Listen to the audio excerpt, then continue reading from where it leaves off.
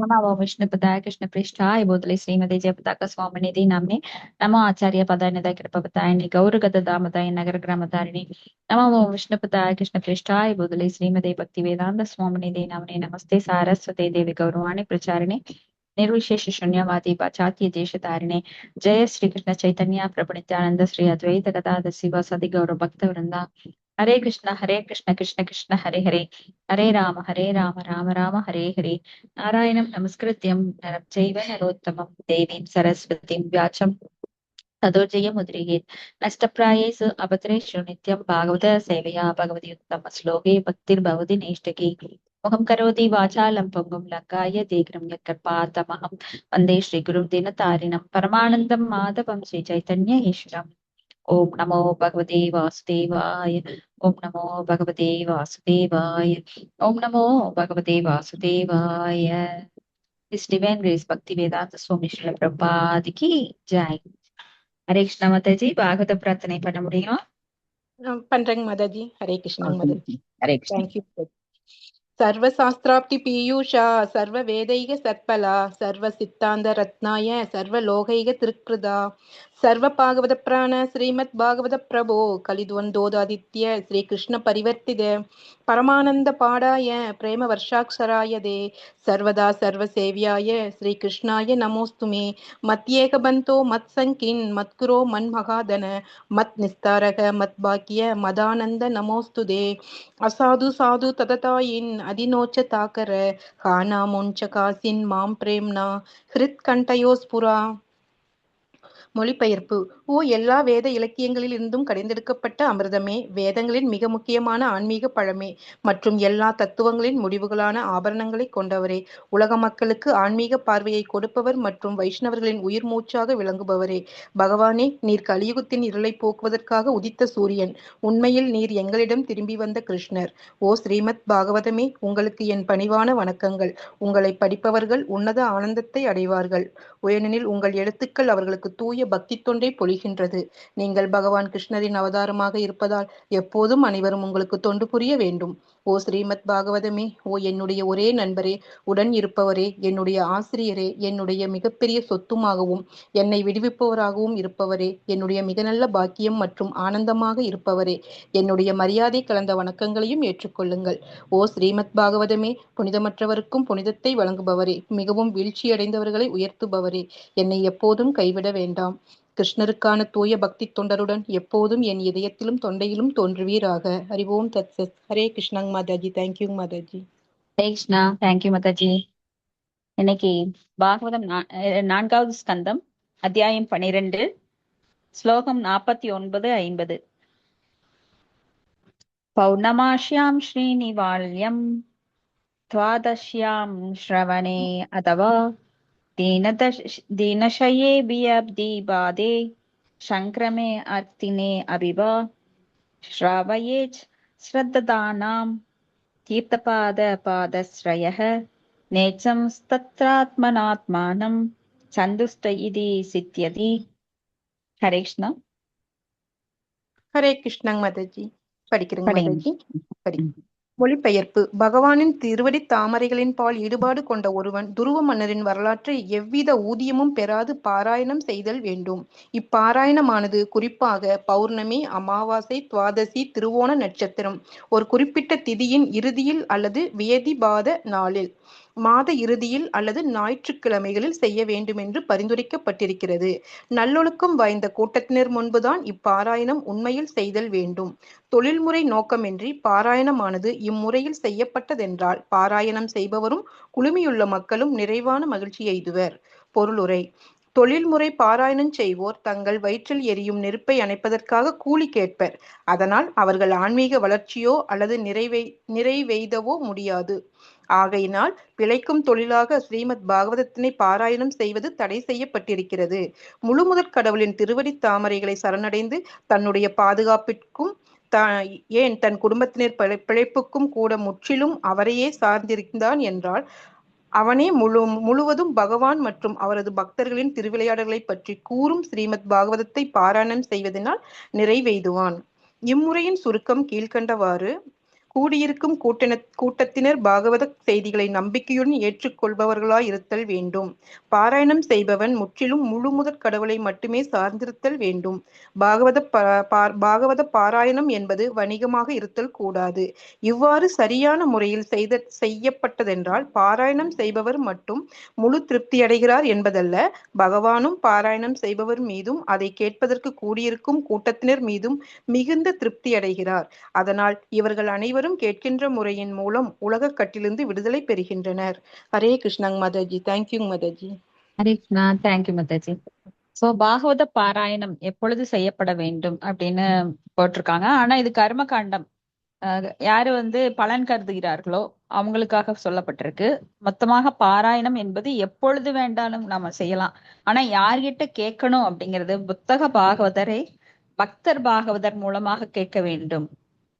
அப்ப கேட்பவர்கள் அதே பலனை பெறுகிறார்கள், சொல்பவர்களும் அதே பலனை பெறுகிறார்கள். ஆனா இந்த சொல்லுபவர் காசுக்காக பாராயணம் பண்ணும்போது அதுல அவ்வளவு வலிமை இருக்காது. ஏன்னா சில பிரபுபாதர் என்ன சொல்றாருன்னா, இப்படி காசுக்காக பாகவதம் சொல்பவர்களை விபச்சாரி அப்படின்னு ஒப்பிடுகிறார். சோ பாகவதம் யாரிடம் கேட்க வேண்டும் அப்படிங்கிற ஒரு முறை இருக்கு. அப்ப தூய பக்தர்கள் மூலமாக கேட்க வேண்டும். அப்ப அங்க கூடியிருக்கிறவங்க எவ்வளவு தூரம் கவனம் செலுத்தி அதை கேட்கின்றார்களோ அந்த அளவு அவர்கள் இந்த உலக கட்டிலிருந்து விடுபடுகின்றார்கள். ஏன்னா நம்மளுக்கு இருக்கிற பெரிய டிராபேக் என்னன்னா, உலக கட்டில்ல நம்ம பிடிபட்டு இருக்கிறோம். எல்லாமே நம்ம பாக்குறதெல்லாம் மாயை.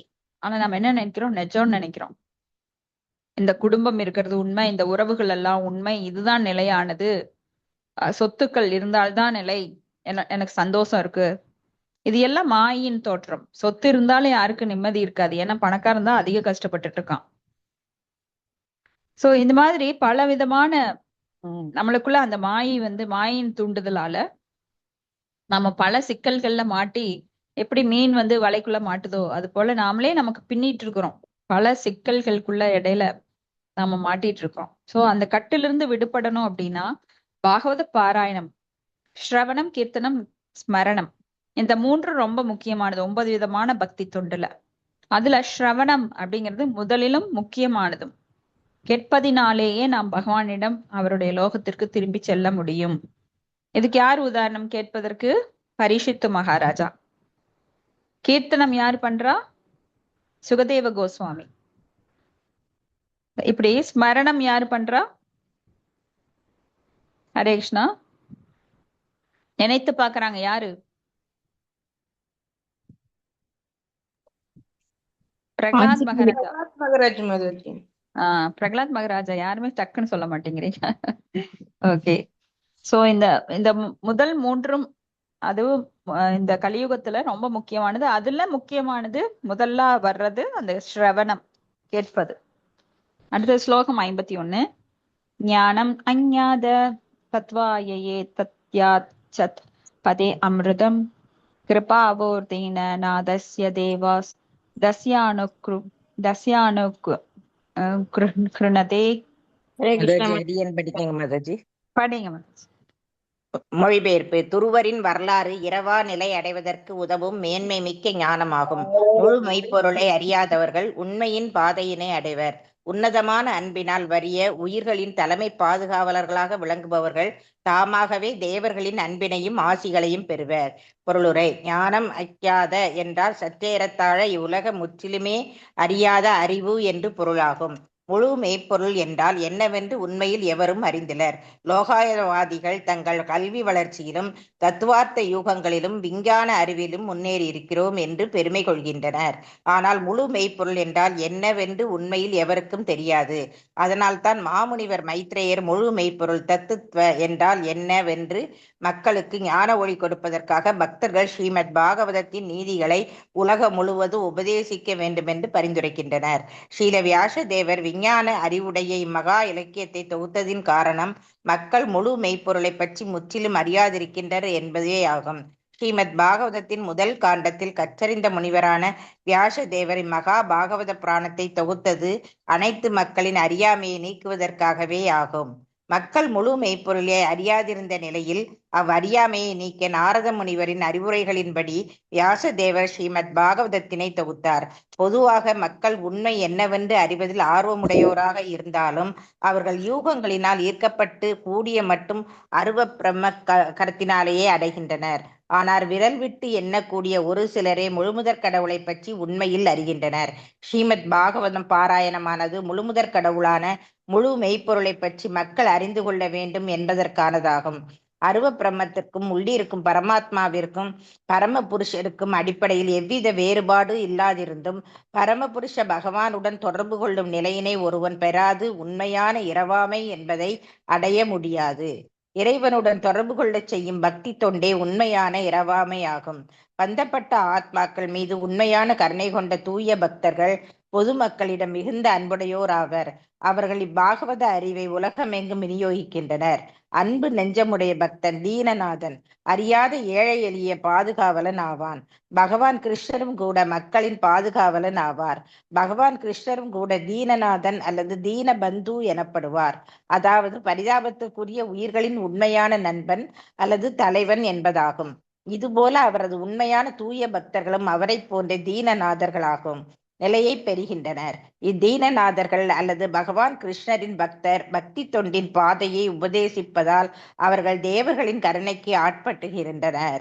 மக்கள் பொதுவாக தேவர்களை, அதிலும் குறிப்பாக சிவபெருமானை உலகியற் பலன்களை பெறுவதற்கென்று வழிபடுகின்றனர். ஆனால் ஸ்ரீமத் பாகவதத்தில் குறிப்பிடப்பட்டுள்ள பக்தி தொண்டு கொள்கைகளை பரப்புவதில் ஈடுபட்டிருக்கும் தூய பக்தன் இத்தேவர்களை தனியாக வழிபட தேவையில்லை.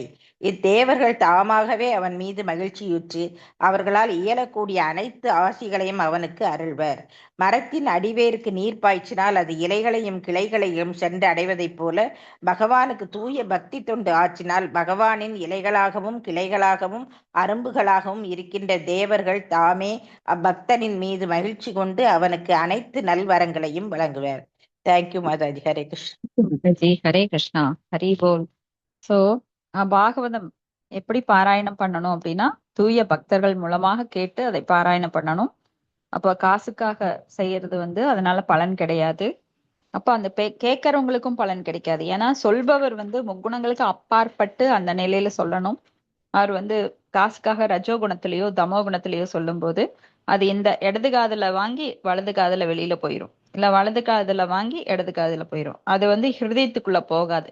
ஆனா தூய பக்தர்கள் மூலமா கேட்கின்ற ஒவ்வொரு சொற்களும் இதயத்திற்குள் ஆழமாக சென்று ஊடுருவி பாய்ந்து அது நம்ம எல்லாருக்குமே நன்மை அளிக்குது. ஏன்னா பாகவதம் பேசப்படுகின்ற இடத்துல பகவான் தன்னுடைய ஆசையை அங்க வழங்குறார்.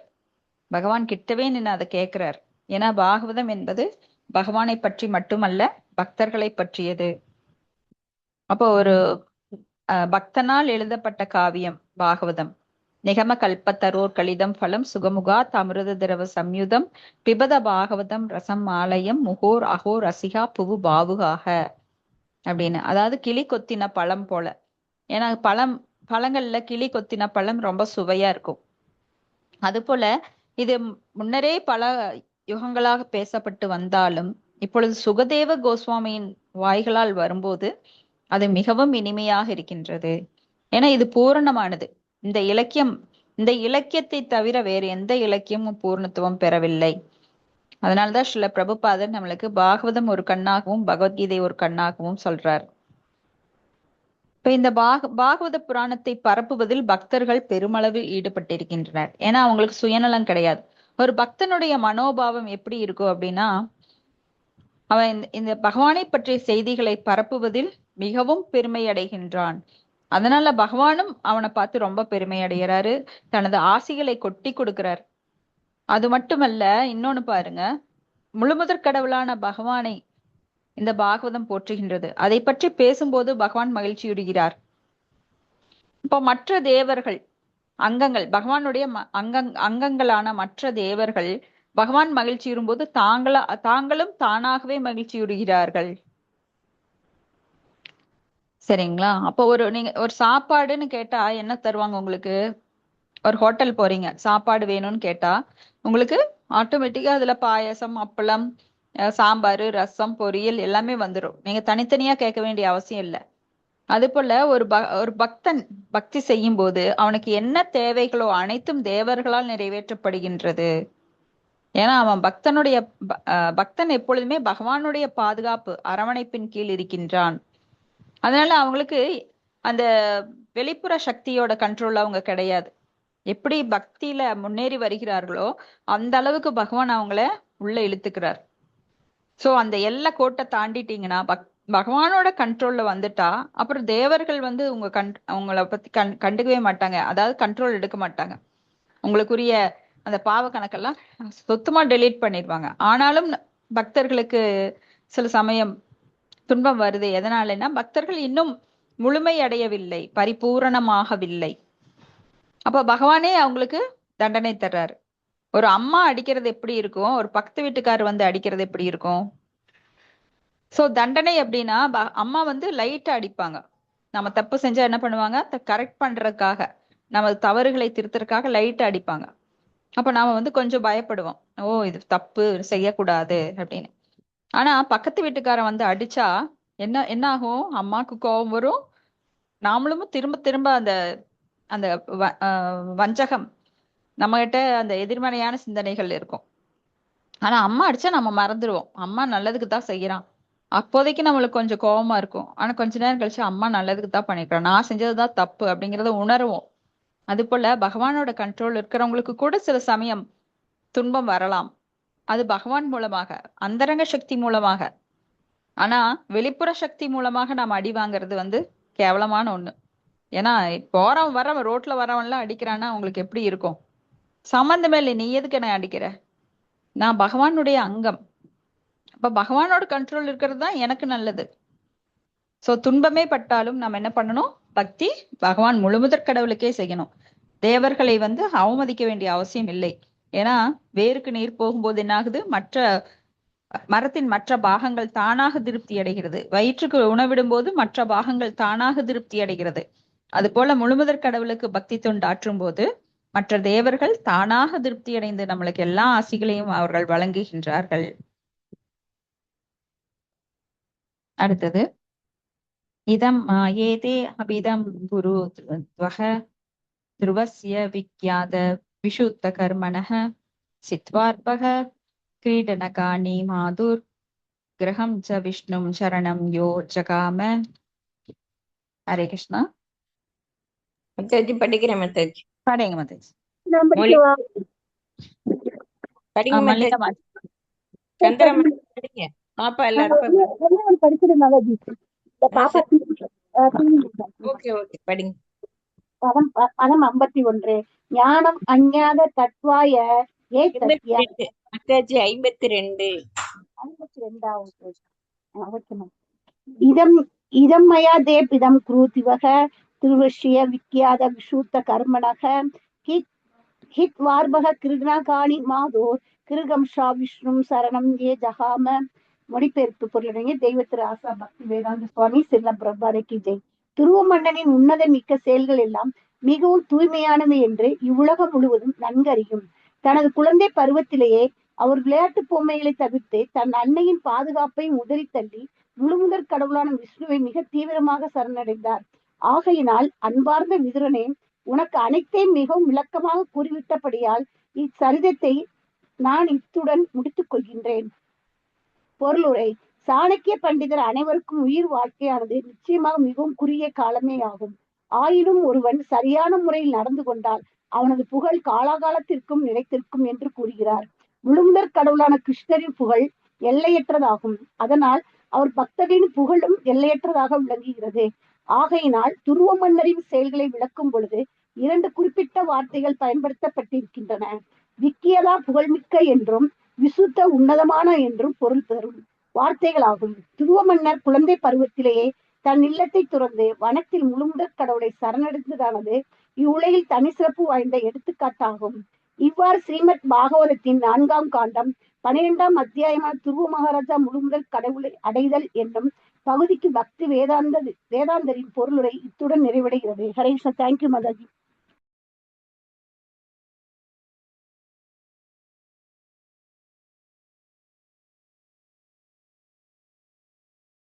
ஹரே கிருஷ்ணா மாதாஜி. ஹரே கிருஷ்ணா. அன்மியூட் பண்ணாம பண்ணி. Okay mother, thank you. இப்ப துருவ மகாராஜாவுடைய கதையை பத்தி மைத்ரேயர் விதுரருக்கு சொல்லிட்டு இருக்கார். அப்ப எவ்வளவு தீவிரமா அவர் பக்தி பண்ணினார், சரணடைந்தார் அப்படிங்கறத சொல்லி விளக்கமா இதை நான் சொல்லிட்டேன். இதோட நான் முடிச்சுக்கிறேன்னு இந்த அத்தியாயத்தை முடிக்கிறார். சோ துருவ மன்னர் சின்ன வயதிலேயே அவர் விளையாட்டு பொம்மைகளை எல்லாம் நாடல. ஏன்னா 5 வயதில் தவம் பண்ண காட்டுக்கு போனார். அதுக்கப்புறம் தீவிரமாக பக்தி தொண்டு செஞ்சு பகவானை சரணடைந்ததிலிருந்து, ஏன்னா ஒரு முறை பகவானை கண்டு கொண்டால் அப்புறம் இந்த உலகப்பற்று அதை அருந்துவிடும். இதுக்கு உதாரணம் யாருன்னா நாரதர். இந்த மாதிரி நிறைய பேரை நம்ம பார்க்கலாம். பகவானை ஒரு செகண்ட் கண்டதுனால நாரதர் என்ன பண்ணார், அவர் வாழ்க்கையில பகவானை தேடிட்டே இருந்தார். அதுக்கப்புறம் நாரத முனிவர் என்கின்ற அந்த அகிலலோக சஞ்சாரியாக கூடிய அந்த பதவி அவருக்கு கிடைச்சது. அதிலிருந்து அவர் வந்து தன்னுடன் இருக்கின்ற அந்த வீணையை மீட்டிக்கொண்டு எல்லா உலகங்களிலும் பகவானுடைய நாமத்தை பரப்புவதில் தீவிரமாக ஈடுபட்டு கொண்டிருக்கிறார். அதனாலதான் பகவானோட நாமத்தை பரப்புவதில் யார் தீவிரமாக ஈடுபடுகிறார்களோ அவர்களுக்கு எல்லா நலன்களும் கிடைக்கும். அதனாலதான் எல்லாருக்கும் சொல்லுங்க பாகவதம் படிக்கப்படுகின்றது, பகவத்கீதை சொல்லிக் கொடுக்கப்படுகிறது அப்படின்னு எல்லாருக்கும் சொல்லி நீங்க வரவழைச்சீங்கன்னா டைரக்டா கிடைக்காத அந்த ஆசீர்வாதம் இன்டைரக்டா உங்களுக்கு சீக்கிரம் கிடைக்கும். ஏன்னா பகவான் உடனே உங்களுக்கு வந்து ரெசிப்ரோகேட் பண்ணுவாரு. ஏன்னா பகவானுடைய இந்த ரகசியம் குஹ்யத்தரம் ரகசியம் மிக ரகசியம், மிக மிக ரகசியமான இந்த பொக்கிஷத்தை அறியாமையில் இருக்கின்ற மக்களுக்கு கொடுக்கும் போது அவர்கள் அறிவு பெற்று ஆன்மீக உலகை அடைகின்றனர். ஏன்னா இந்த துன்ப கடல்ல இருக்கிறவங்களை யாராவது உங்க முன்னாடி ரொம்ப கஷ்டப்படுறாங்க, நீங்க கண்டுக்காம போவீங்களா? ரொம்ப தாகத்துல இருக்காங்க, உங்க வீட்டுல நிறைய தண்ணி இருக்கு. சோ நீங்க எல்லாருக்குமே நம்ம எல்லாருக்குமே இப்ப பகவானை பற்றிய நாலேஜ் ஓரளவுக்கு இருக்கு. ஆனா நம்மளோட நிறுத்திக்க முடியுமா?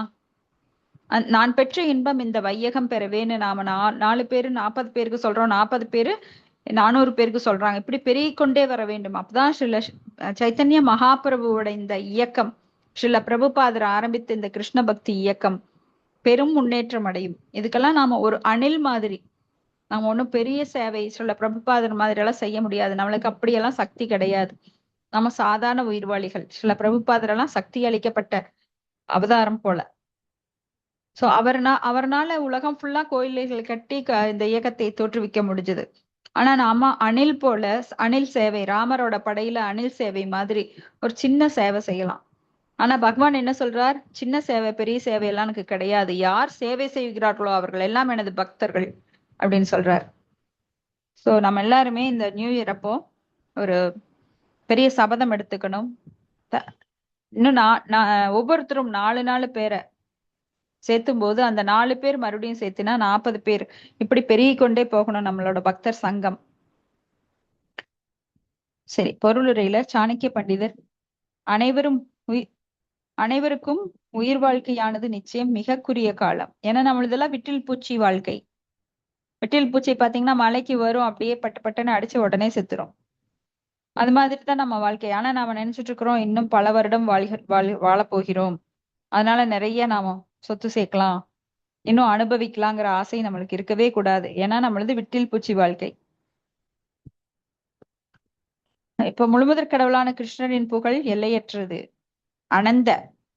அதனால அவர் பக்தர்களின் புகழும் எல்லையற்றதாக விளங்குகின்றது.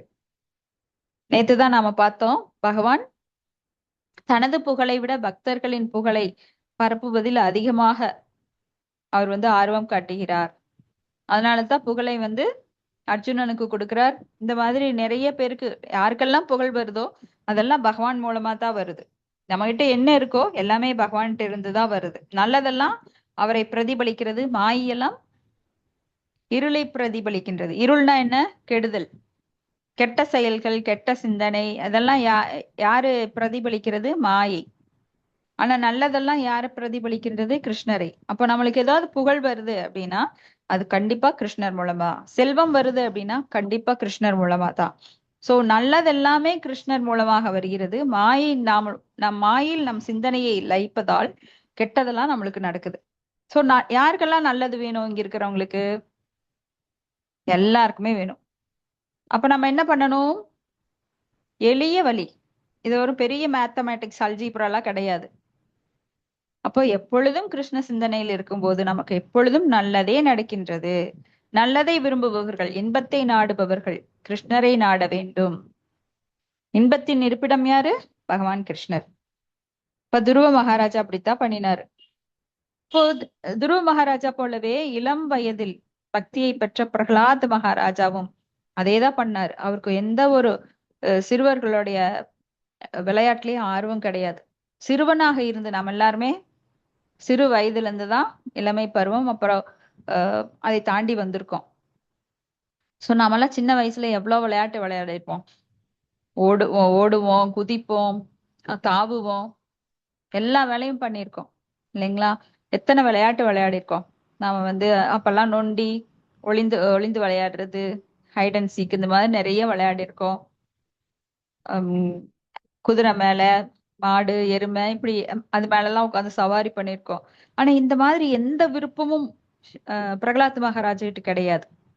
பிரகலாதர் கருவிலிருந்தே நாராயண நாமத்தை பாராயணம் பண்ணிட்டு எப்பொழுதும் நாராயணா நாராயணா நாராயணா நாராயண ஹரிஹரி நாராயணா அப்படின்ற ஓதிட்டே இருந்தார். ஏன்னா ஒரு சின்ன குழந்தை எப்பொழுதும் பகவானோட சிந்தனையில இருந்ததுனாலதான் அவரது தந்தையே அவருக்கு யமனாக இருந்த போது, பலவிதமான கொடுமைகள் பண்ணின போது அவரால் அதையெல்லாம் தாண்டி வர முடிஞ்சது. ஏன்னா அவர் முழுமையாக பகவானை சரணாகதி அடைந்திருந்தார். அவர் யாரையும் அவமதிக்கல, யாரையும் குற்றம் சொல்லவில்லை. அவருடைய தந்தையை கூட ஈவன் அவர் குற்றம் சொல்லல. பிரகலாத மகாராஜ் எப்பொழுதும் நாராயண நாமத்தை பாராயணம் பண்ணிட்டு பெரிய பக்தராக இருந்தார். அதனாலதான் அவருக்கு விஷம் வச்சும் போதும் சரி, மலையிலிருந்து தள்ளி விட்ட போதும் சரி, இன்னும் கடல்ல விழுக வச்ச போதும் சரி, அவர் எப்பொழுதும் நாராயணர் என்னை காப்பார். அவர் கூப்பிட கூட இல்ல, நாராயணா என்னை காப்பாத்துன்னு கூட சொல்லல, கை கூப்பி நாராயண நாமத்தை மட்டும் சொன்னார். அவ்வளவு பெரிய பக்தர். அது போலதான் துருவ மகாராஜா இளம் வயதில் எந்த ஒரு விளையாட்டு அவருக்கு கிடையாது. எப்பொழுதும் பகவானுடைய புகழை பாடுவதிலேயே ஈடுபட்டிருந்தார். இதுதான் விசுத்த, அதாவது உன்னதமான. விக்யதா அப்படின்னா புகழ்மிக்க. இந்த வார்த்தைகள் ரெண்டு பேருக்குமே பொருத்தமானது, துருவ மகாராஜாவுக்கும் சரி, பிரகலாத் மகாராஜாவுக்கும் சரி. சோ துருவ மன்னர் குழந்தை பருவத்திலேயே தன் இல்லத்தை துறந்து வனத்தில் முழுமுதற் கடவுளை சரணடைந்ததானது இவ்வுலகில் தனி சிறப்பு வாய்ந்த எடுத்துக்காட்டு. ஏன்னா குழந்தை, ஒரு சின்ன குழந்தை எப்படி காட்டுல காடு அப்படின்னாலே பல மிருகங்கள் இருக்கும், பயங்கரமான இருள் இருக்கும், அங்க மரங்கள், அடர்ந்த மரங்கள், புழு பூச்சிகள், தேள், கொடிய விஷமுடைய பாம்புகள், இதெல்லாம் சூழ்ந்திருக்கும். ஆனா துருவ மகாராஜா என்ன பண்ணினார்? இதையெல்லாம் நினைச்சு கவலைப்படவே இல்லை. ஏன்னா அவர் ராஜா. அப்போ அந்த ரஜோகுணம் அவர்கிட்ட இருந்தது. அந்த ரஜோகுணத்தின் மூலமாக அவர் உறுதியை எடுத்திருந்தார். திடப்பிரஜன், ஒரு திடமான உறுதி. பகவான் தான் என்னை காப்பார். ஏன்னா அவங்க அன்னையுடைய ஒரு அறிவுரை. ஒரு அன்னை இன்னைக்கு குழந்தைகளுக்கு என்னென்னவோ சொல்லி தர்றாங்க. அதாவது பௌதிக படிப்புகள், மெட்டீரியல் எஜுகேஷன் சொல்லி தர்றாங்க. ஆனா அதெல்லாம் வெளிப்புற உடலுக்குரியது, ஆத்மாக்குரியது கிடையாது. சோ ஒரு அன்னை, ஒரு தாயாகவோ தந்தையாகவோ ஒரு குருவாகவோ இருக்க வேண்டியவர் முழுமுதற் கடவுளான பகவான் ஸ்ரீ கிருஷ்ணரை பற்றி சொல்லித் தரவில்லை என்றால், அந்த ஆத்மாவுக்கு நல்லது செய்யலைன்னா அவங்க தாயும் கிடையாது, தந்தையும் கிடையாது, குருவும் கிடையாது.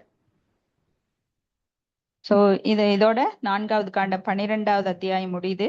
அடுத்தது அத்தியாயம் 13, துருவ மன்னரது மரபினர் பற்றிய விளக்கம்.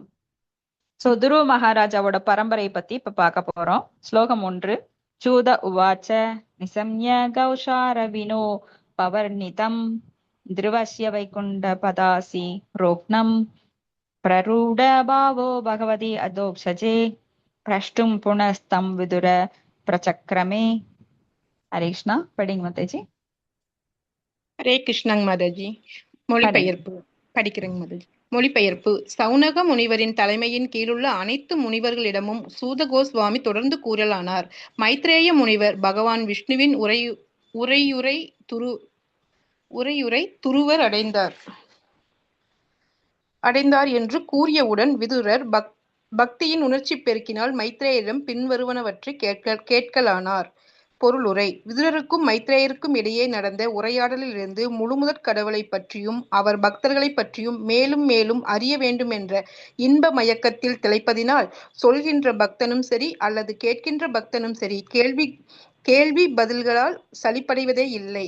உன்னதத்தன்மை உள்ள செய்திகள் எல்லா உயிருக்கும் இன்பம் அளிப்பதினால் அதனை கேட்பதினாலும் அல்லது சொல்வதினாலும் ஒருவன் சோர்வடைந்து விடுவதில்லை. பக்தர் அல்லாதார் வேண்டுமென்றால் கடவுளைப் பற்றி இவர்கள் எவ்வளவு நேரம்தான் பேசிக் கொண்டிருப்பார்களோ என்று அலுத்து கொள்ளலாம். ஆனால் பக்தர்களுக்கு முழுமுதற் கடவுளைப் பற்றியோ அல்லது அவர் பக்தர்களைப் பற்றியோ கேட்பதற்கும் பேசுவதற்கும் இருக்கின்ற தாகம் என்றும் தணிவதே இல்லை. மேலும் மேலும் கேட்பதினாலும் சொல்வதினாலும் மேலும் மேலும் அவர்கள் ஆர்வம் வளர்ந்து கொண்டே போகிறது. ஹரே கிருஷ்ண மந்திரமானது ஹரே கிருஷ்ண ராமா ஹரே கிருஷ்ண ராமா என்னும் 3 சொற்களை திரும்ப திரும்ப கூறுவதாகும். ஆனால் பக்தர்களால் இந்த ஹரே கிருஷ்ண மந்திரத்தை 24 மணி நேரமும் ஒரு சிறிதும் சலிப்படையாது தொடர்ந்து ஓதிக்கொண்டே இருக்க முடியும். ஹரே கிருஷ்ணங் மாதாஜி. தேங்க்யூ மாதாஜி. இப்போ மைத்ரேய முனிவர் விதுரருக்கு சொல்லிட்டு இருக்கார். இது அடுத்த உரையாடல் எங்க நடக்குதுன்னா, சௌனக முனிவர் தலைமையில சூத கோஸ்வாமி முதல்ல சுகதேவ கோஸ்வாமி முதல்ல, இரண்டாவது டைம் என்ன, மறுபடியும் அதே பாகவதத்தை சௌனக முனிவரின் தலைமையில சூத கோஸ்வாமி இங்க கேட்டுட்டு இருக்கார். அப்போ மைத்ரேய முனிவர் பகவான் விஷ்ணுவின் இடத்தை துருவர் அடைந்தார் அப்படின்னு கூறின உடனே விதுரர் பக்தி பெருக்கினால மறுபடியும் அவர் சொல்றதை கேக்குறாரு.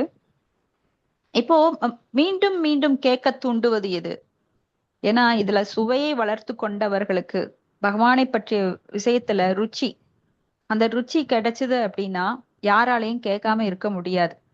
எப்படி நம்மள பல பேர் 10:30 மணியான ஜாயின் பண்றோம். ஏன்னா இது வெட்டி வேலைன்னு நினைக்கிறவங்க நிறைய பேர் வர்றது கிடையாது. ஏன்னா அவங்களுக்கு அந்த ருச்சி கிடைக்கல, சுவை கிடைக்கல. ஏன்னா அவங்க உள்ளத்துல இன்னும் இருள் அண்டி கிடைக்கின்றது. ஏன்னா பகவானை பற்றிய விஷயங்கள் எல்லாம் இனிமை இனிமை இனிமை இனிமை, மதுரம் மதுரம் மதுரம், இனியது இனியது இனியது, கேட்க கேட்க அது பெருகிட்டே போகும் ஆனந்தம். இந்த உலகத்துல நீங்க ஒரு 10 லட்டு 20 லட்டு கொடுக்குறோம், உட்காந்து சாப்பிடு அப்படின்னு. ஒண்ணு சாப்பிடும்போது அட்டட்டா டேஸ்டா இருக்கு, இன்னொன்னு எடுப்போம், மறுபடியும் ஒண்ணு எடுப்போம், மறுபடியும் ஒண்ணு எடுப்போம். ஆனா ஒரு 5 லட்டுக்கு மேல கொடுத்தா ஏன் இப்படி கொடுமைப்படுத்துறேன்னு கேட்போம். எவ்வளவுதான் சுவையாக இருந்தாலும் இந்த பௌதிக உலகில் நம்ம அதை அனுபவிக்கணுங்கிற எண்ணம் நம்மளுக்கு போயிடும். ஏன்னா அதெல்லாம் திகட்டிடும். ஆனா பகவானை பற்றிய விஷயங்கள் என்றும் திகட்டாதது, என்றும் இனிமையானது. போன வருஷம் நாம பேசினோம் பகவான் வெண்ணெய் சாப்பிடுறார் அப்படின்னுட்டு. இந்த வருஷம் பேசுறோம் கிருஷ்ண ஜெயந்தி அப்போ நாம கிருஷ்ணரை பற்றி பேசிக்கொண்டிருக்கிறோம். கிருஷ்ணாவுக்கு திரும்ப திரும்ப படிக்கிறோம். அவர் எப்படி அசுரர்களை அழித்தார், பகவான் எத்தனை லீலைகள் பண்ணினார், அதெல்லாம் திரும்ப திரும்ப படிக்கிறோம். ஆனா அது கூடிட்டு போகுதோ தவிர நம்மளுக்கு அந்த இன்பம் குறைவது இல்லை. இது எப்படின்னா, மஞ்ச காமாலை நோய் வர்ற ஒருத்தனுக்கு கரும்பு ஜூஸ் முதல்ல குடிக்கும் போது என்ன ஆகும்னா அது கசக்கும். ஆனா அந்த நோய் குறைய குறைய என்ன ஆகும்னா அந்த கரும்பு ஜூஸோட சுவை மேலும் மேலும் அதிகரித்து கொண்டே போகும். அது போல யார் ஒருவர் பகவானை பற்றி தொடர்ந்து கேட்கிறார்களோ, யார்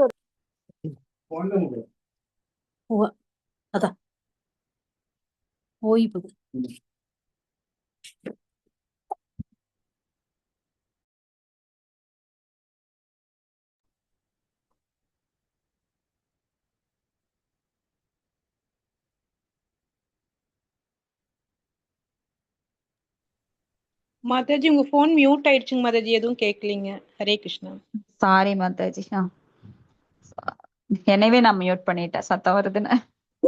சரிங்க மாதாஜி. சோ 9 விதமான பக்தி தொண்டு. ஸ்ரவணம் இது ரொம்ப ரொம்ப முக்கியமானது. அப்புறம்தான் கீர்த்தனம், ஸ்மரணம், பாத சேவனம், அர்ச்சனம், வந்தனம், தாஸ்யம், சக்கியம், ஆத்ம நிவேதனம், இதெல்லாம். சோ கேட்பது என்பது மிக மிக முக்கியமானது. யாரெல்லாம் பகவானின் நாமத்தையோ ரூபத்தையோ, நாம ரூப குண லீலைகள் சகாக்கள் இவற்றை பற்றி கேட்கவில்லையோ அவரது காதுகள் எப்படிப்பட்டது, எதற்கு ஒப்பிடப்படுகிறது? நேத்துதான் படிச்சோம். யாராவது பதில் சொல்லுங்க பார்க்கலாம். ஹரிபோல். பாம்புக்குங்களாங்க Mataji? Very good, very good. அந்த பாம்பு புற்று இருக்கு பாருங்க, அதுல ஓட்டை இருக்கு இல்லையா, அதனால எந்த பிரயோஜனம் இல்லை. சோ பாம்பு புற்றின் ஓட்டையை போன்று, அந்த செவிகள்ல ஓட்டை இருந்தாலும் பாம்பு புற்றின் துவாரத்தை போன்றது அது. அதனால எந்த பயனும் இல்லை. யாருடைய நாமம் ஒருவர் வாயினால் சொல்லப்படவில்லையோ அவர்களது வாய் எதற்கு ஒப்பிடப்படுகின்றது? ஹரே கிருஷ்ணா. நேத்தெல்லாம் பதில் சொன்னீங்க. எல்லாம் நேத்து கேட்டீங்களா கிளாஸ்?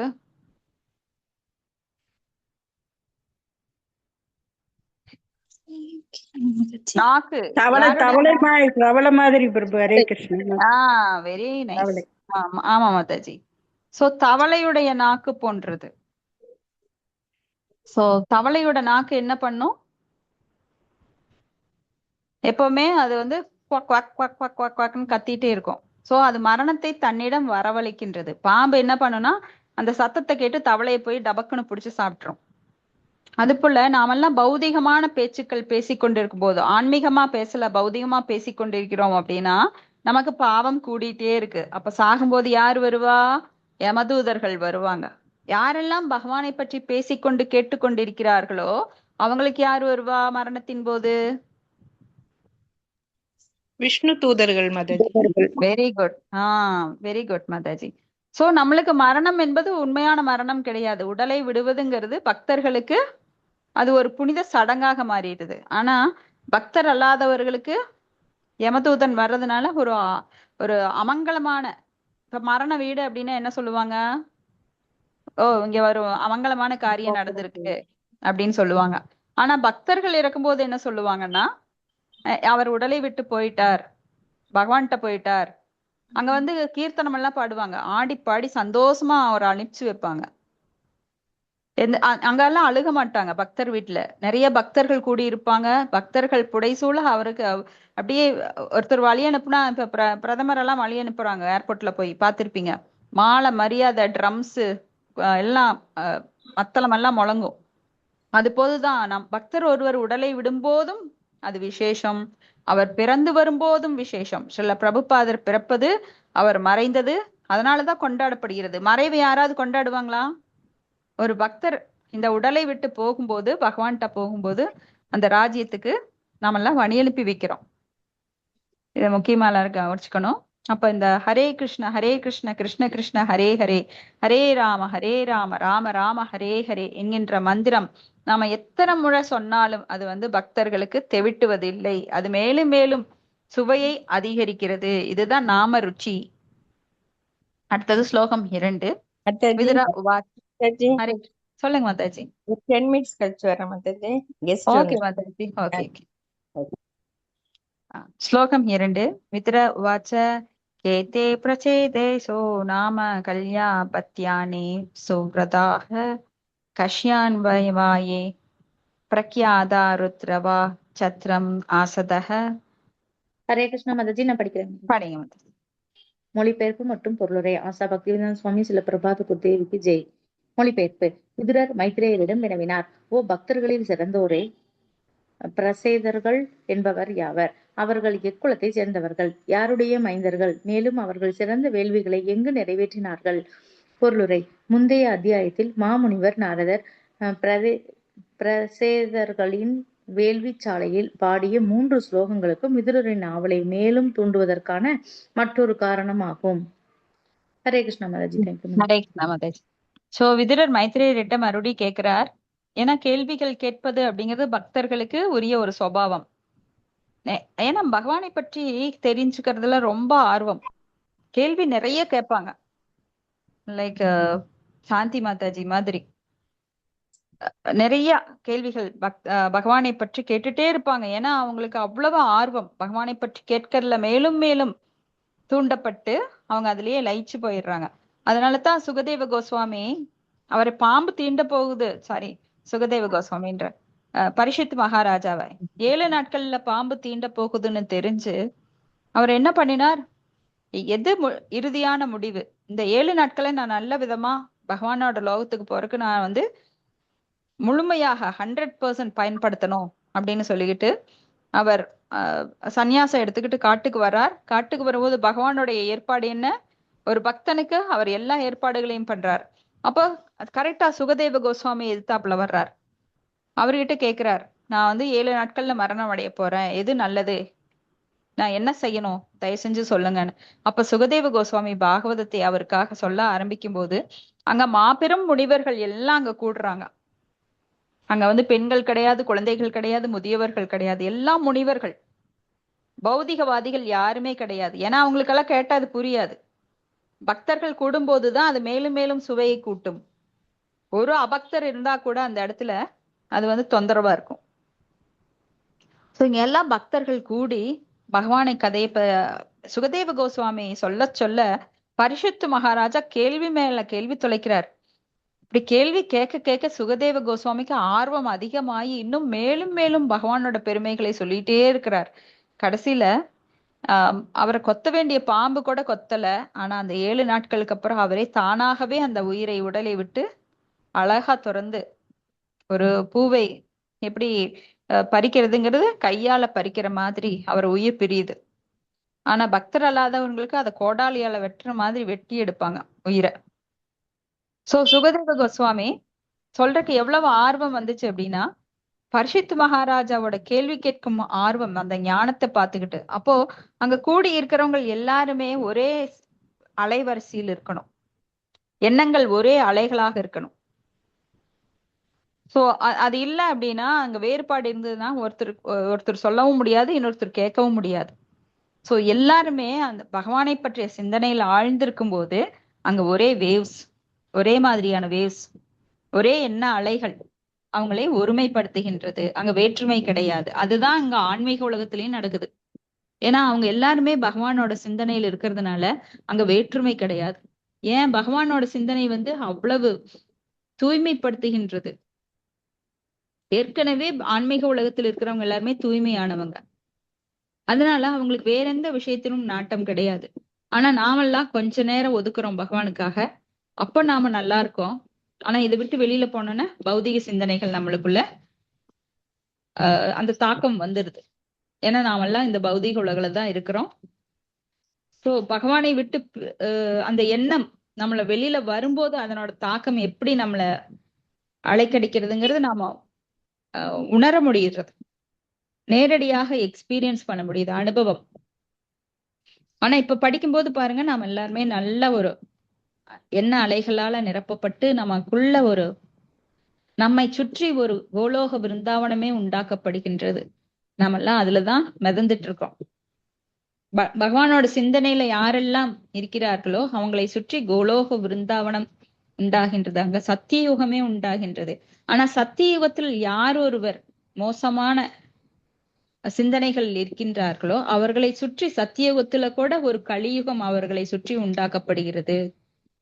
கலியுகத்துல யாரெல்லாம் பகவானோட சிந்தனையில் இருக்கிறாங்களோ அவங்களை சுற்றி ஒரு சத்தியயுகம் உண்டாக்கப்படுது.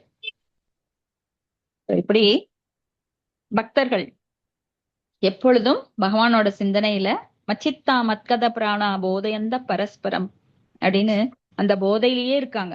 நிறைய போதைகள் இருக்கு இந்த பௌதிக உலகுல.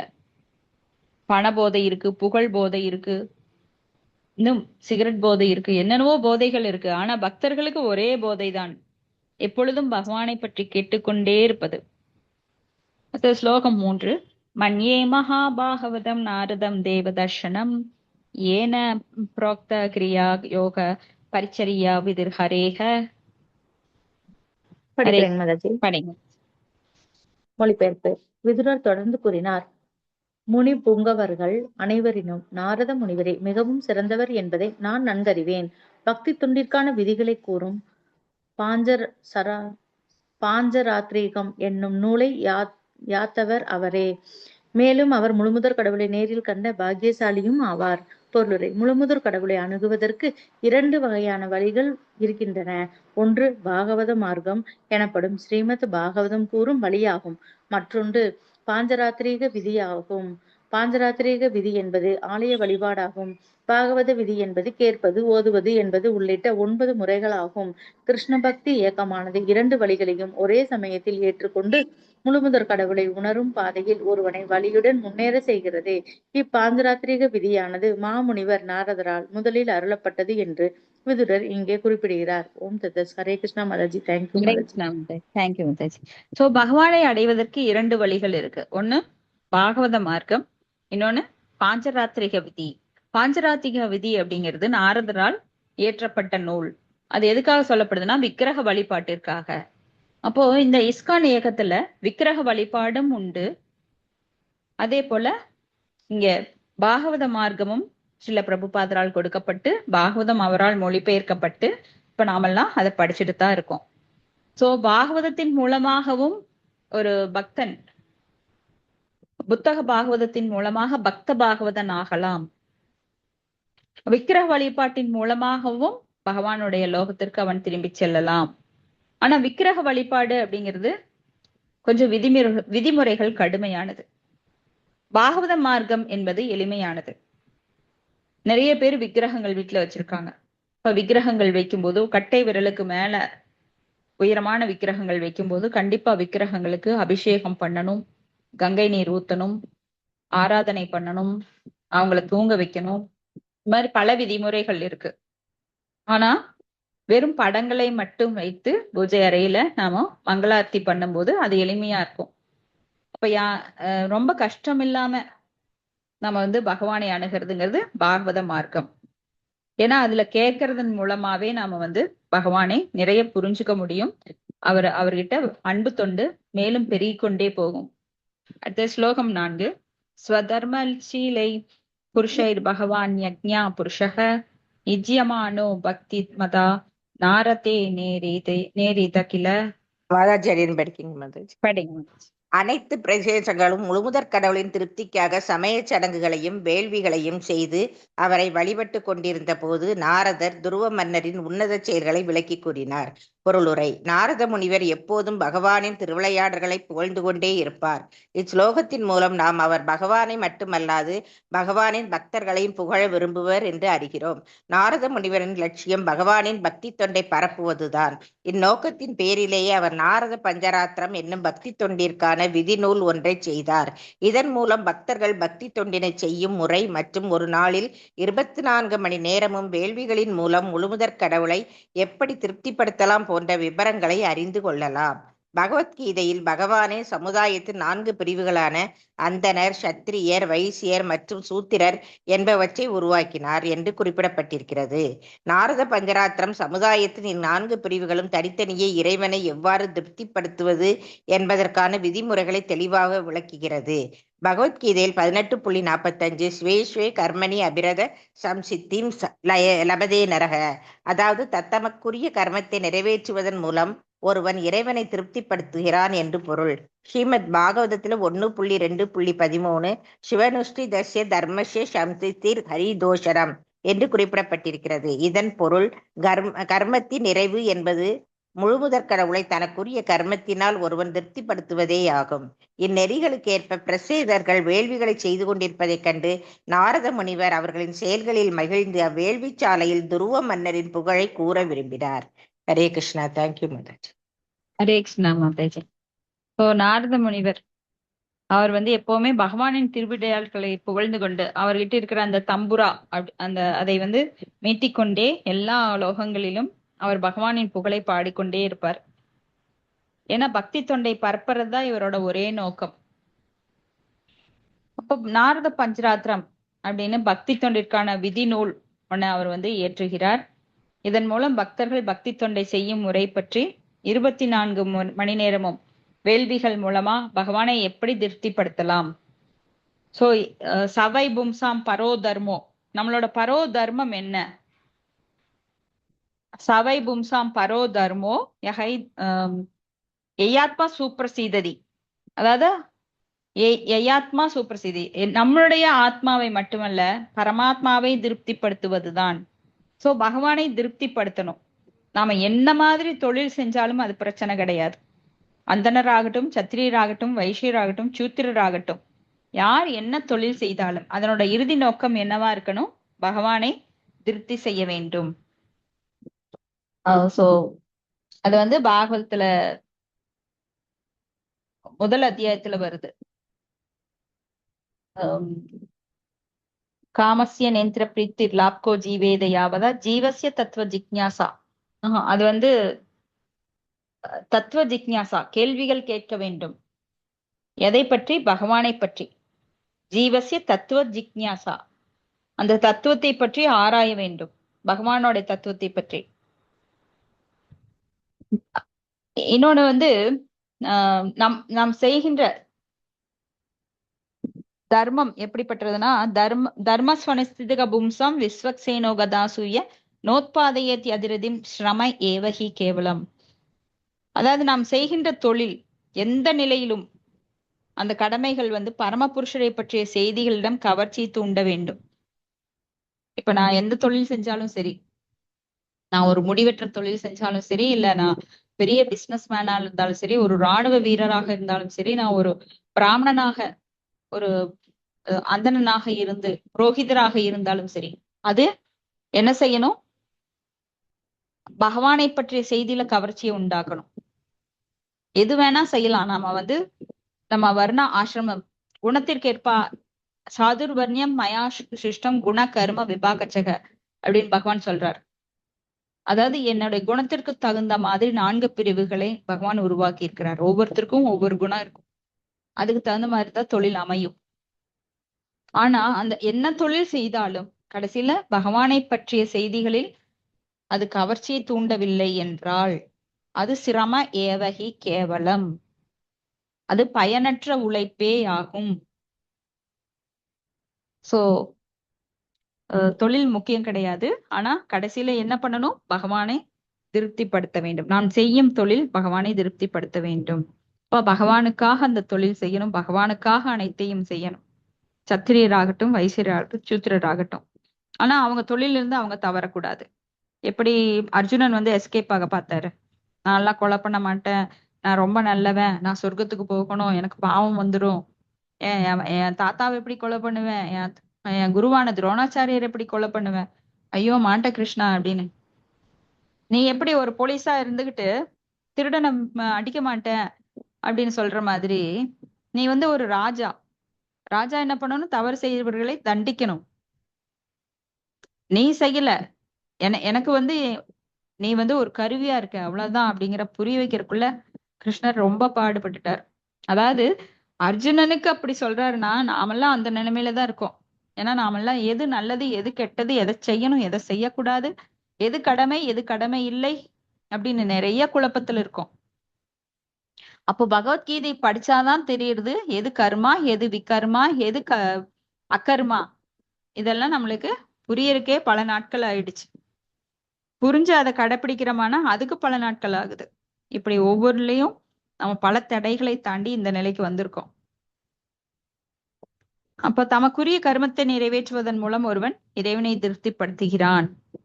ஒரு பெண்ணாக இருந்தால் அவள் குடும்பத்தை கவனிக்கணும், அதுதான் அவளோட கடமை. அதே நேரம் பக்தி செய்யணும்.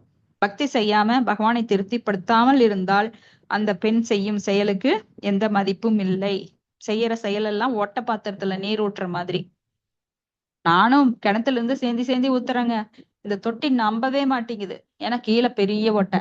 அது மாதிரி நம்ம கடமைகளை செய்யறோம், ஆனா அங்க பகவானை திருப்திப்படுத்தல அப்படின்னா என்ன ஆகும்? ஒட்ட பாத்திரத்துல ஒளியிட்டே இருக்கிற மாதிரி நாம் செய்யும் செயல்கள்ல எல்லாமே வீணாகின்றது. சிரம ஏவகி கேவலம்.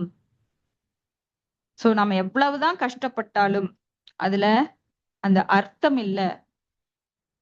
பகவானை திருப்திப்படுத்தல அப்படின்னா சம்சித்திர் ஹரிதோஷனம், அது வந்து சிரம ஏவகி கேவலமாயிருது. அப்ப கர்மத்தின் நிறைவு என்பது முழுமுதற் கடவுளை தனக்குரிய கர்மத்தினால் ஒருவன் திருப்திப்படுத்துவதேயாகும். சோ யாருக்கு என்ன தெரியுறதோ அதையெல்லாம் என்ன பண்ணணும்? நாம பகவானுக்கு சமர்ப்பணமா பண்ணணும். ஏன்னா எல்லாருக்கும் எல்லா திறமை, ஏதாவது ஒரு திறமை இருக்கும். திறமை இல்லாதவங்க கிடையாது. யாருக்கெல்லாம் நல்லா சமைக்க தெரியுது அவங்க எல்லாம் போய் பகவானுக்கு கோயில்ல பிரசாதம் சமைக்கலாம். யாருக்கு காய் வெட்ட தெரியாம இருக்கு? எல்லாருக்கும் தெரியும். ஒரு நாள் காய் வெட்டி கொடுக்கலாம், சுத்தம் பண்ணலாம், பகவானுடைய ஆலயத்தை கிளீன் பண்ணலாம். ஒண்ணுமே தெரியாதவங்க யாருமே கிடையாது இந்த உலகத்துல. அவ்வளவு முட்டாள்கள் யாருமே கிடையாது. சோ பகவானை திருப்திப்படுத்துவதற்காக நாம் உடலால் கொஞ்சமாவது கஷ்டப்படணும். இல்ல புத்தி கூர்மை இருக்கவர்கள் அந்த புத்தி கூர்மைய பகவானோட சேவைக்கு அர்ப்பணிக்கலாம். நிர்பந்தே கிருஷ்ண சம்பந்தே யுக்த வைராக்கியம் உச்சியதே. சோ இருக்கின்ற பொருட்களை பயன்படுத்தி நம்ம பகவானுக்கு நாம எப்படி சேவை செய்யலாங்கிறது ஒரு கலை, அது ஒரு விஞ்ஞானம். நம்ம அறிவை பயன்படுத்தி அதையெல்லாம் நம்ம பண்ணணும். சோ இப்ப செல்போன் இருக்கு. நம்ம செல்போன்ல தான் நாம எல்லாரும் பாகவதம் படிக்கிறோம். செல்போன்ல எத்தனையோ விஷயங்கள் இருக்கு. இப்ப மூடர்கள் என்ன பண்ணுவாங்க, அதுல வந்து சேட் பண்ணிட்டு இருப்பாங்க, யூடியூப் பார்த்துட்டு இருப்பாங்க, கூகுள்ல பல இதை நோண்டிட்டு இருப்பாங்க. ஆனா நாம இதை எப்படி பயன்படுத்துறோம்? பகவானுடைய சேவையில் பகவானை திருப்திப்படுத்துவதற்காக நாம் பயன்படுத்துகிறோம். இப்படித்தான் ஒவ்வொரு பொருளுமே. நான் என்கிட்ட பேனா இருக்கு, ஒரு கவிதை என்னோட காதலியை நினைத்து காதலனை நினைத்து கவிதை எழுதுறதுக்கு நிறைய பேர் யூஸ் பண்ணுவாங்க. ஆனா பகவானை பற்றிய விஷயங்களை எழுதுறதுக்காக நான் அதை பயன்படுத்துறேன். இப்படி எல்லா விதத்திலயும் நம்ம சொல்லலாம். எனது பாத்திரங்கள், சமையல் பாத்திரங்கள் எல்லாம் நான் செஞ்சு சமைக்கிறதுக்காக இல்லாம பகவானை திருப்திப்படுத்துறதுக்காக, அவருக்கு என்ன பிடிக்கும்னு சொல்லி சமைச்சு அதை நான் சாப்பிடும்போது அது பிரசாதமாக மாறுகிறது. இப்படி ஒவ்வொன்றும் எடுத்துட்டீங்கன்னா உங்களுக்கு பௌதிக பொருட்களே என்ன ஆகுது? ஆன்மீக பொருட்களாக, பௌதிக புலன்களே ஆன்மீக புலன்களாக.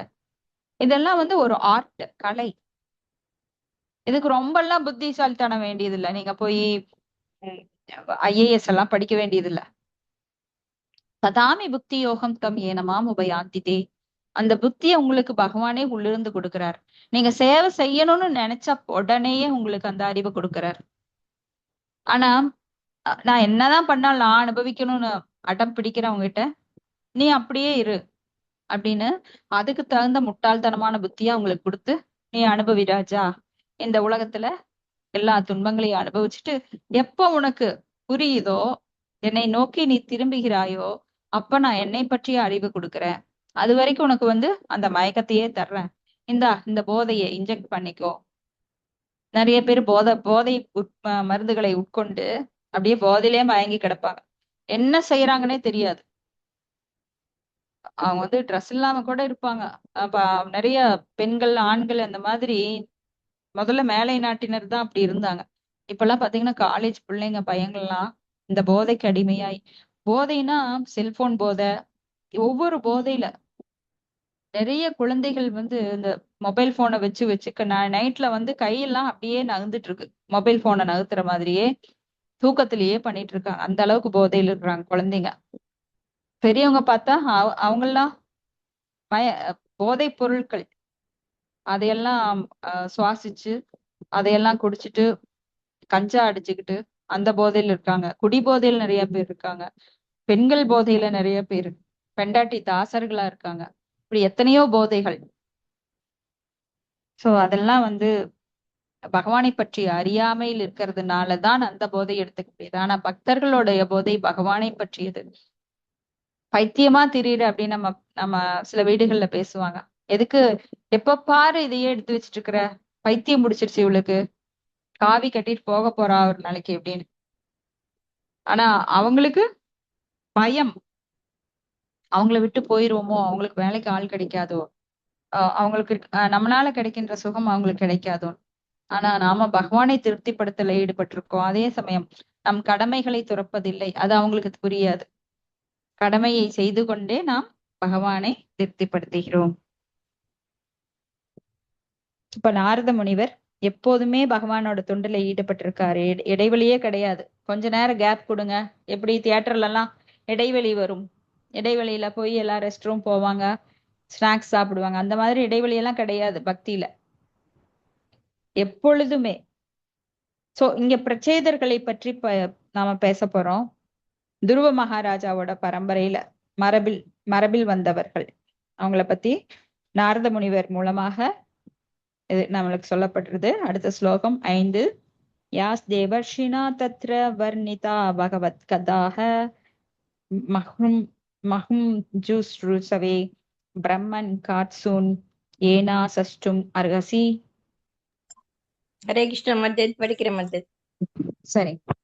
மொழிபெயர்ப்பு. போற்றுவதற்குரிய அந்தனரே, அவ்வேள்விச் சாலையில் நாரத முனிவர் முழுமுதற் கடவுளை எங்கனம் போற்றினார். அவரது எத்திருவிளையாடல்களை அவர் விளக்கிக் கூறினார். அவற்றை அறிந்து கொள்ள நான் மிகவும் ஆர்வமுடையவனாயிருக்கிறேன். பகவானின் பெருமைகளை எனக்கு முழுவதும் விளக்கி அருள்வீராக. பொருளுரை: ஸ்ரீமத் பாகவதம் என்பது பகவத் கதா, பகவானின் திருவிளையாடல்களை பற்றிய ஆவணம் ஆகும். மைத்ரேயரிடமிருந்து இதனை அறிவதற்கு விதுரர் எத்தனை ஆர்வம் கொண்டிருந்தாரோ அதே ஆர்வத்தினை தான் 5000 வருடம் கழிந்த பிறகு நாமும் கொண்டிருக்கிறோம். Hare Krishna Mataji. Thank you Mataji. Thank you Mataji. So பகவத் கதா அப்படின்னா பகவானின் திருவிளையாடல்கள். இதெல்லாம் மைத்ரேய முனிவரிடமிருந்து விதுரர் ரொம்ப ஆர்வமா கேட்டுட்டு இருக்கிற மாதிரி தான் இன்னைக்கு நாமளும் கேட்டுட்டு இருக்கிறோம். சோ எதுல ஆர்வம் இருக்கணும் அப்படிங்கிறது நம்மளுக்கு முதல்ல தெரியாம இருந்தது. பலவிதமான ஆர்வங்கள், அந்த ஆர்வங்கள் எல்லாம் இன்னைக்கு ஒரே ஆர்வமாக குவிக்கப்பட்டிருக்கிறது. ஏகேக குரு நந்தன. சோ அது குவிக்கப்பட்ட மனதினால் நாம பகவானிடம் பக்தி தொண்டு செய்யும் போது அது மிக உயர்ந்த செயலாக மாறிவிடுகிறது. ஆனா பல கிளைகள் கொண்ட குவிக்கப்படாத மனதானது அது எப்படி நீரை ஒரு பாத்திரத்துல ஊத்துறதுக்கு பதுவா நம்ம என்ன பண்றோம், அதுல அந்த பக்கெட்ல நிறைய ஒட்டைகள் இருக்கு. எப்போ அது நிறைவடையாது. அது போல நம்மளுக்கு ஒரே மனதுடன் ஒரே சிந்தனையுடன் பக்தர் குழாமுடன் பக்தர் சங்கத்துடன் சேர்ந்து நாம செய்யும் போது, பக்தி தொண்டு செய்யும் போது அது நிறைவடைகின்றது. அது மனத்துக்கு திருப்தியாக அமைகின்றது. ஒரு செயலை செய்யும் போது எப்பவுமே திருப்திங்கிறது எப்ப கிடைக்கும்? அதுல முழுமையான ஆர்வத்துடன் அது பர்ஃபெக்ஷன் நல்ல பர்ஃபெக்டா வரும்போது உங்களுக்கு அது திருப்தி இருக்கும். அது போலத்தான் பக்தி தொண்டு, பகவானை பற்றி நாம் எப்பொழுதும் பேசிக்கொண்டிருக்கும் போது மனம் அதிலேயே குவிஞ்சிருக்கணும், வேற விஷயங்கள்ல நாட்டம் இருக்கக்கூடாது. ஸோ அதனால நம்மளுக்கு ஒரு நிறைவு கிடைக்கின்றது. அதுதான் ஆத்ம திருப்தி. ஆத்மா திருப்தி எப்படையுது? பரமாத்மா திருப்தி அடையும் போது ஆத்மாவும் தானாகவே திருப்தி அடைகின்றது. ஹரே கிருஷ்ணா. இதோட முடிச்சுக்கலாம். உங்களுக்கு ஏதாவது கருத்துக்கள் இல்ல, சந்தேகம் இல்ல, கேள்வி பதில்